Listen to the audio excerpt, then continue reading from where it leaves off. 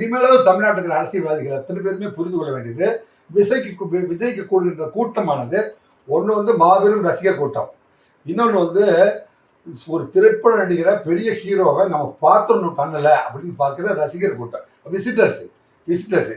இன்னொன்று வந்து மாற்றத்தை விரும்புகின்ற இளைஞர்கள். மாற்றத்தை விரும்புகிற இளைஞர்கள் கூட நீங்கள் ஏங்கிட்ட செக் பண்ண வேண்டாம் ஐடியா. நீங்கள் போயிட்டு எலெக்ஷன் கமிஷனில் போய் ரிப்போர்ட் வாங்கி பார்த்தீங்கன்னா 3 கோடி பேர் வந்து மாற்றத்தை விரும்பும் இளைஞர்கள் உருவாகி இருக்கிறார்கள். அவர்கள் தான் இந்த பக்கம் ஓடுகிறார்கள் அப்படிங்கிறத வந்து விழித்து கொண்டவரெல்லாம் பிழைத்து கொண்டார். போல் குரட்டை விட்டவரெல்லாம் கோட்டை விட்டார். இது யாருக்கு தெரியுமா அந்த அறிவுரை? ஒன்று வந்து திரு மரியாதைக்குரிய துணை முதல்வர் திரு உதயநிதி ஸ்டாலின் அவர்களுக்கு, திரு அண்ணாமலை அவர்களுக்கு, திரு பழனிசாமி அவர்களுக்கு, நயனா நாகேந்திரன், இவங்க 4 பேர் காத்திருக்காங்க. பெரியவர் வந்து திரு மு க ஸ்டாலின் அவர்கள் வந்து இந்த தேர்தலில் வந்து தன்னுடைய மகனை வழி அதனால தான் நம்ம நேரடியாக யாருக்கு அறிவு சொல்கிறோம், உதயநிதி அவர்களுக்கு சொல்கிறோம். ஏன்னு கேட்டால் இல்லை யாரு இந்த களத்தில் விட்டு கோட்டை விட்டது யார்? இதில் இல்லை, குரட்டை விட்டு கோட்டை விட்டது வந்து கரூரில் இருக்கிற காவல்துறை.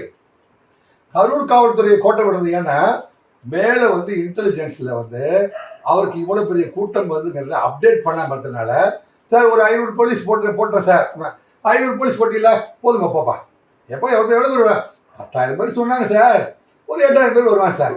இப்படியெல்லாம் வந்து பேசி ஒரு மிகப்பெரிய அரசு இயந்திரத்தை தோல்வியுற செய்திருக்கிறார்கள்.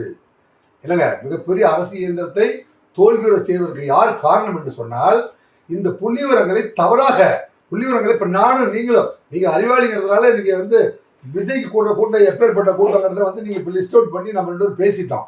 அதனால வந்து கேட்டகரைஸ் பண்ணி பார்த்தா இதுலேயே வந்து புதிய மாற்றத்தை விரும்புகிற 3 கோடி, ரசிகர்கள் 1 கோடி, அப்புறம் விசிட்டர்ஸில் வந்து ஒரு 50,000 பேர்னு வைங்களேன்.